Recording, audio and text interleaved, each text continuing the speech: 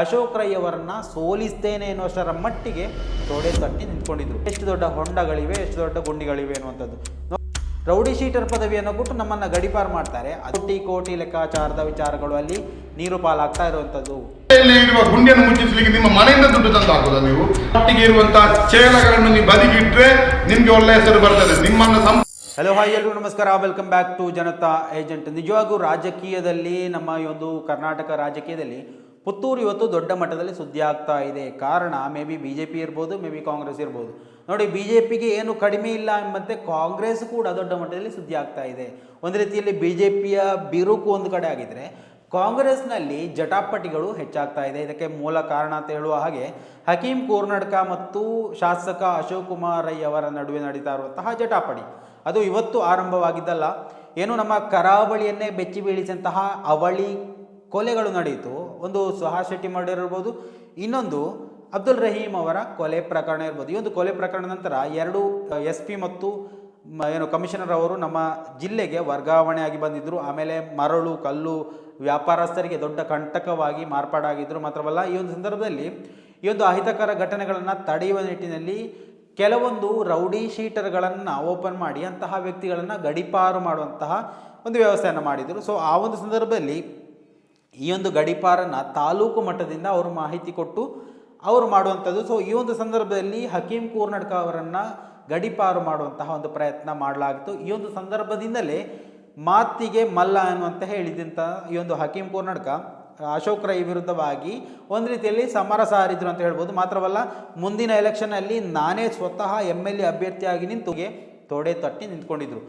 ಇವತ್ತು ಅಂದರೆ ನಿನ್ನೆ ದಿವಸ ಹಕೀಂ ಕೋರ್ನಡ್ಕ ಅವರ ಮತ್ತೊಂದು ವಿಡಿಯೋ ವೈರಲ್ ಆಗ್ತಾ ಇದೆ. ಅದು ನೋಡಿ, ಜಲೀಲ್ ಕರೋಪಾಡಿ ಅನ್ನುವಂತಹ ಹತ್ಯೆ ಆದಂತಹ ಸಂದರ್ಭದಲ್ಲಿ ಅದರ ಮೇನ್ ರೂವಾರಿಗಳಾಗಿದ್ದಂತಹ ವ್ಯಕ್ತಿಗಳು ಇವತ್ತು ಶಾಸಕ ಅಶೋಕ್ ಕುಮಾರ್ ರೈ ಅವರ ಸುತ್ತಮುತ್ತ ತಿರುಗ್ತಾ ಇರುವಂಥದ್ದು, ಅವರ ಜೊತೆಯಾಳುಗಳಾಗಿ ತಿರುಗ್ತಾ ಇರುವಂಥದ್ದು ಅನ್ನುವಂತಹ ಗಂಭೀರ ಆರೋಪವನ್ನು ಮಾಡಿರುವಂಥದ್ದು. ಮಾತ್ರವಲ್ಲ, ನೋಡಿ, ನಾವು ಪುತ್ತೂರಿನಿಂದ ಆ ಒಂದು ಸಿಟಿಯ ಒಳಗಡೆ ಈ ಒಂದು ಪುತ್ತೂರು ಬೆದ್ರಾಳ ಪುರುಷರಗಟ್ಟೆ ಆ ಒಂದು ಹತ್ತಿರ ಇರುವಂತಹ ಬೆದ್ರಾಳ ಎನ್ನುವಂತಹ ಪ್ರದೇಶದಲ್ಲಿ ಏನು ರೋಡು ರಸ್ತೆಗಳು ಗುಂಡಿಗಳಿಂದ ಒಂದು ರೀತಿಯಲ್ಲಿ ಜನಸಾಮಾನ್ಯರಿಗೆ ಸಂಕಷ್ಟವನ್ನು ಎದುರಿಸ್ತಾ ಇರುವಂಥ ಸಂದರ್ಭದಲ್ಲಿ ಅದಕ್ಕಾಗಿ ನಾವುಗಳು ಹೋರಾಟ ಮಾಡಿದವರು.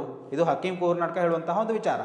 ಹೋರಾಟ ಮಾಡಿದ್ದಕ್ಕೆ ನಮಗೆ ರೌಡಿ ಶೀಟರ್ ಪದವಿಯನ್ನು ಕೊಟ್ಟು ನಮ್ಮನ್ನು ಗಡಿಪಾರು ಮಾಡ್ತಾರೆ. ಅದೇ ಜಲೀಲ್ ಕರೋಪಾಡಿ ಎನ್ನುವಂತಹ ಅಲ್ಪಸಂಖ್ಯಾತ ನಾಯಕನನ್ನು ಕೊಂದು ಮುಗಿಸಿದ ರೂವಾರಿಗಳನ್ನು ಇಟ್ಕೊಂಡು ರಾಜಕೀಯ ಮಾಡ್ತಾರೆ ಅನ್ನುವಂತಹ ಒಂದು ಬಾಂಬನ್ನು ಸ್ಫೋಟ ಮಾಡಿರುವಂಥದ್ದು ಇವತ್ತು ದೊಡ್ಡ ಮಟ್ಟದಲ್ಲಿ ಪುತ್ತೂರು ತಾಲೂಕಿನಲ್ಲಿ ಸಂಚಲನವನ್ನೇ ಸೃಷ್ಟಿ ಮಾಡ್ತಾ ಇರುವಂಥದ್ದು. ನೋಡಿ, ಒಂದು ರೀತಿಯಲ್ಲಿ BJPಯ ಭಾಗದಲ್ಲಿ ಒಂದು ಬಿರುಕನ್ನು ಸೃಷ್ಟಿಯಾಗಿದ್ದರೆ, ದೊಡ್ಡ ಕಂದಕಲ್ಲಿ ಸೃಷ್ಟಿಯಾಗಿದ್ದರೆ, ಇತ್ತ ಕಾಂಗ್ರೆಸ್ ಭಾಗದಲ್ಲೂ ಕೂಡ ನಾವೇನು BJPಗೆ ಕಡಿಮೆ ಇಲ್ಲ ಅನ್ನುವಂಥ ರೀತಿಯಲ್ಲಿ ವಾಕ್ಸಮರಗಳು ನಡೀತಾ ಇರುವಂಥದ್ದು.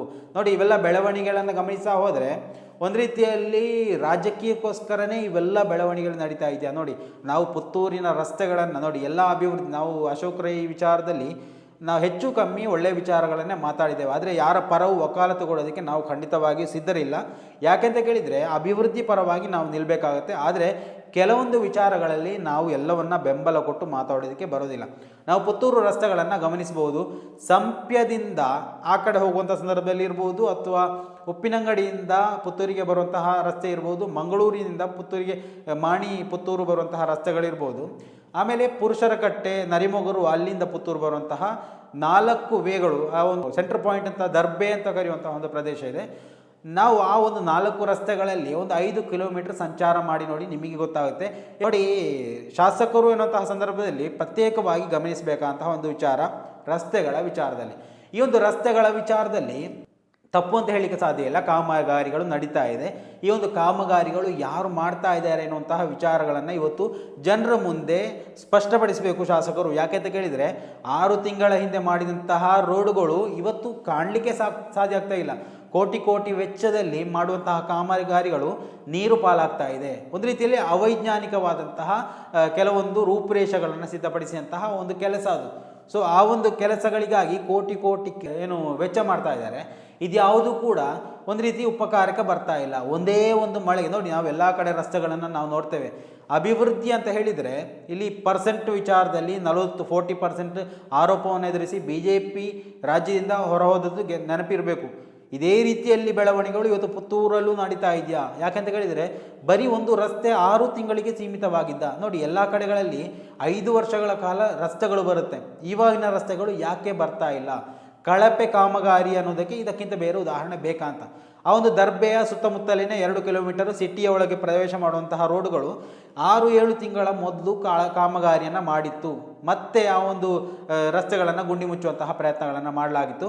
ಆದರೆ ಕೆಲವೇ ತಿಂಗಳುಗಳ ನಂತರ ಅದಕ್ಕಿಂತಲೂ ದೊಡ್ಡ ಗುಂಡಿಗಳು ಅಲ್ಲಿ ನಿರ್ಮಾಣ ಆಗಿರುವಂಥದ್ದು ನಾವು ಗಮನಿಸಬಹುದು.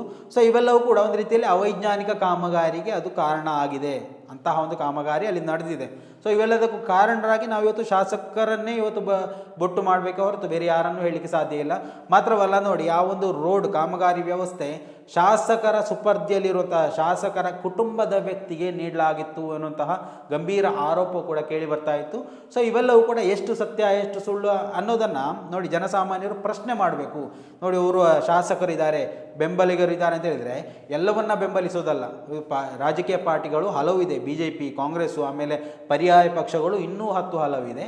ಆದರೆ ನಾವು ಒಂದೇ ಒಂದು ಪಕ್ಷವನ್ನು ನೆಚ್ಚಿಕೊಂಡಿದ್ದು ಇಲ್ಲಿ ಯಾವುದೇ ಬೆಳವಣಿಗೆಯನ್ನು ಮಾಡಲಿಕ್ಕೆ ಸಾಧ್ಯ ಇಲ್ಲ.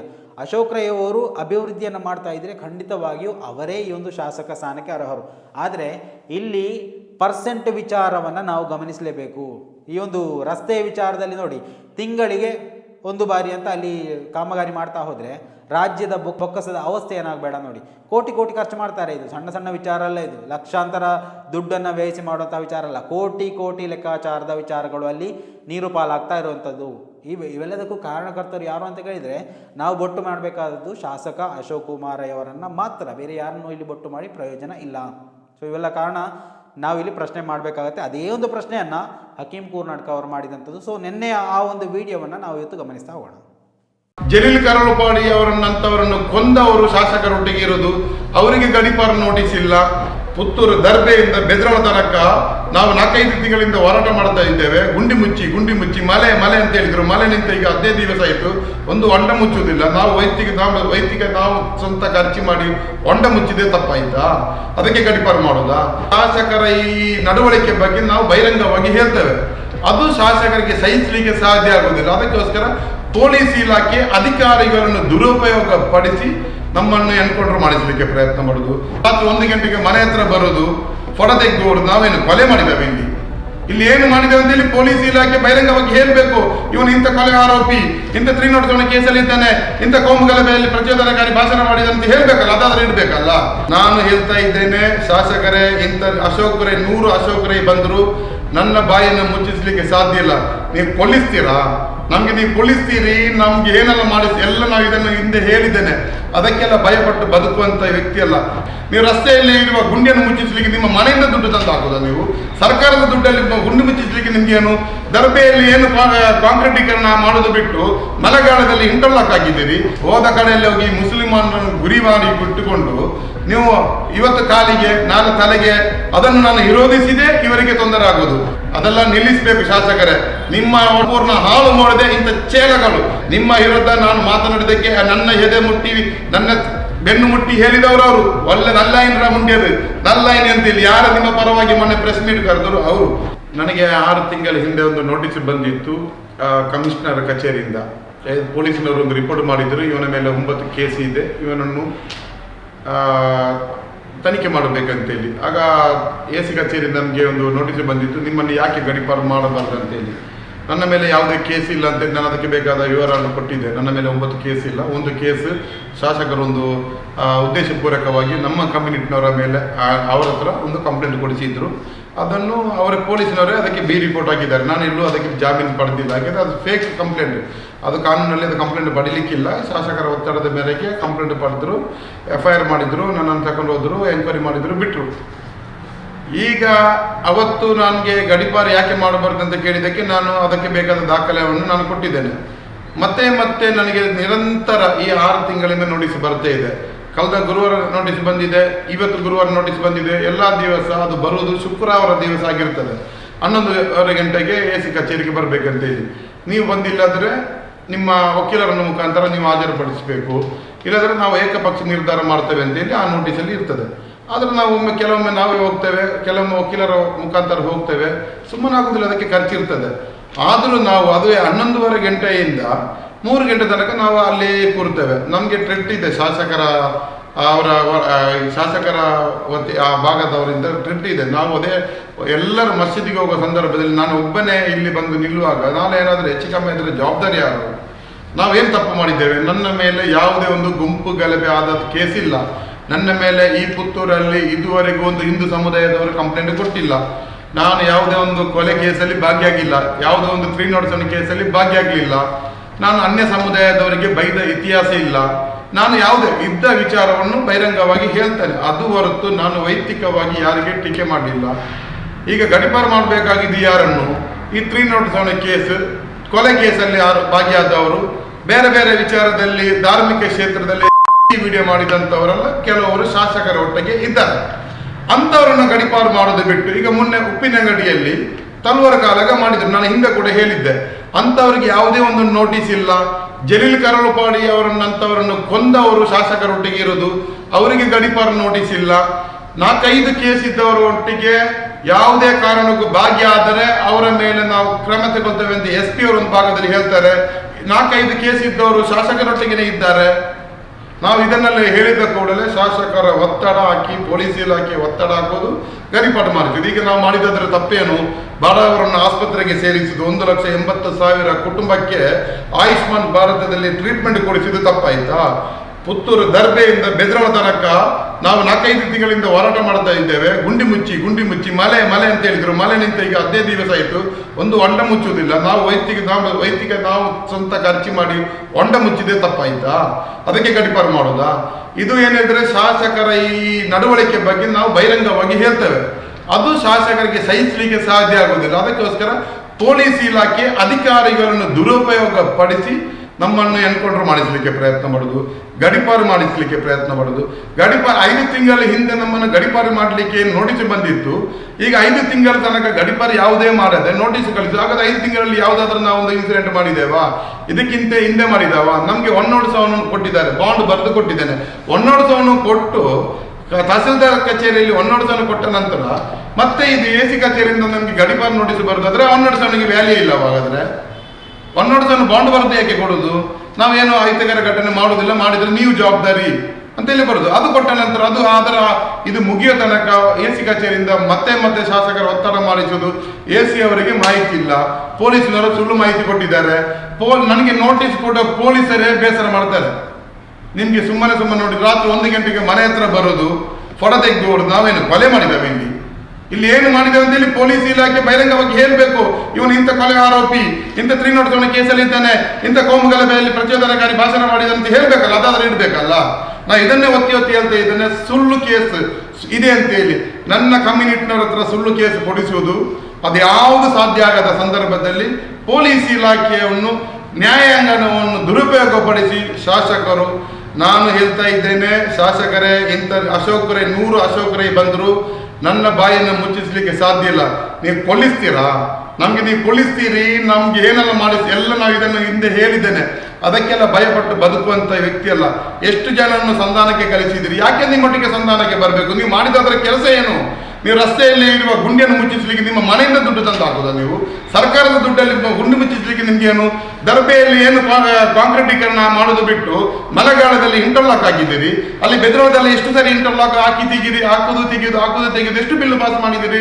ಅಲ್ಲಿ ಕಬಕದಿಂದ ಸಾರತ್ತೂರು ಆ ಭಾಗಕ್ಕೆ 13 ಕೋಟಿ ರೂಪಾಯಿ ಡಾಮರೀಕರಣ ಅಂತ ಹಾಕಿದ್ದೀರಲ್ಲ, ದುಡ್ಡು ಯಾರು ಬಿಡುಗಡೆ ಮಾಡಿದ್ದು? ಯಾರ ಅಧಿಕಾರ ಇರುವಾಗ ಮಾಡಿದ್ದು? ಆ ರಸ್ತೆದ ಪರಿಸ್ಥಿತಿ ಏನಿದೆ ಈಗ? ಹೋದ ಕಡೆಯಲ್ಲಿ ಹೋಗಿ ಮುಸ್ಲಿಮರನ್ನು ಗುರಿ ಮಾಡಿ ಬಿಟ್ಟುಕೊಂಡು ನೀವು ಇವತ್ತು ಕಾಲಿಗೆ ನಾಳೆ ತಲೆಗೆ ಅದನ್ನು ನಾನು ವಿರೋಧಿಸಿದೆ, ಇವರಿಗೆ ತೊಂದರೆ ಆಗೋದು. ಮುಂದಿನ ಚುನಾವಣೆಯಲ್ಲಿ ಈ ಪುತ್ತೂರಿನ ಮತದಾರರು, ಜಾತ್ಯತೀತ ಮತದಾರರು ನಿಮ್ಮಂತ ಕೋಮುವಾದಿಯನ್ನು ಚುನಾವಣೆಗೆ ನೀವು ಏನು ಡಿಪಾಸಿಟ್ ಕಟ್ಟಿದ್ದೀರಿ ಅದು ಕೂಡ ಸಿಗದ ತರ ಮಾಡಿಲ್ಲದ್ರೆ ಇದು ಅಕೀಮ್ ಕೂರಾಡಕ ಅಲ್ಲ. ನೆನಪಿಟ್ಟುಕೊಳ್ಳಿ ಅಶೋಕ್ ರೈಯರೇ, ನಿಮ್ಗೆ ನಾನು ಹಲವು ಬಾರಿ ಎಚ್ಚರಿಕೆ ಕೊಟ್ಟಿದ್ದೇನೆ. ನೀವು ರೌಡಿಗಳನ್ನು ಇಟ್ಟುಕೊಂಡು ತೇಜೋಧ ಮಾಡಿದ್ದು ನಿಮ್ಮದೇ ಅಭಿಮಾನಿ ಬಳಗ ಗ್ರೂಪ್, ನಿಮ್ಮದೇ ಸೋಷಿಯಲ್ ಮೀಡಿಯಾ ಗ್ರೂಪ್ ಅಲ್ಲಿ ನೀವು ಏನೆಲ್ಲ ತೇಜೋಧ ಮಾಡಿಸಿದ್ರಿ ನಿಮ್ಗೆ ಕಣ್ಣು ಕಾಣೋದಿಲ್ಲವಾ? ಬಾಕಿದ್ದವರ ಹತ್ರ ನಂಬರ್ ಬಗ್ಗೆ ನೀವು ಅವನನ್ನು ಸರಿ ಮಾಡಿ ಅಂತ ಹೇಳಿಸ್ತೀರಿ, ಅದು ನಿಮ್ಗೆ ಆಗ್ತದಾ? ಅದೆಲ್ಲ ನಿಲ್ಲಿಸಬೇಕು ಶಾಸಕರೇ. ನಿಮ್ಮ ಒಟ್ಟಿಗೆ ಇರುವಂತಹ ಚೇಲಗಳನ್ನು ನೀವು ಬದಿಗಿಟ್ರೆ ನಿಮ್ಗೆ ಒಳ್ಳೆ ಹೆಸರು ಬರ್ತದೆ. ನಿಮ್ಮನ್ನು ಸಂಪೂರ್ಣ ಹಾಳು ಮಾಡದೆ ಇಂಥ ಚೇಲಗಳು ನಿಮ್ಮನ್ನು ತೇಜವಾದ ಮಾಡಲಿಕ್ಕೆ.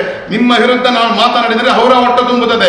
ಈ ಬಕೆಟ್ಗಳಿದ್ದಾರಲ್ಲ, ಅವರ ಹೊಟ್ಟೆ ತುಂಬಲಿಕ್ಕೋಸ್ಕರ ಬಂದಿದ್ದು. ಅವರಿಗೆ ಸಮುದಾಯದಲ್ಲಿ ಒಂದು ಪೈಸದ ಮೇಲೆ ಇಲ್ಲ. ಅವರಿಗೆ ಅದು ಸಮುದಾಯ ದ್ರೋಹಿಗಳವರು. ಅವರಿಗೆ ಸಮುದಾಯದ ಬಗ್ಗೆ ಮಾತನಾಡುವ ಯಾವ ನೈತಿಕತೆ ಇಲ್ಲ. ಅವರಿಗೆ ವಕ್ಫಲ್ಲಿ ಹುದ್ದೆ ಬೇಕು, ನಿಮ್ಮ ಲೆಟರ್ ಬೇಕು, ಅದಕ್ಕೋಸ್ಕರ ನಿಮ್ಮ ಹಿಂದೆ ಬಂದಿದ್ದಾರೆ.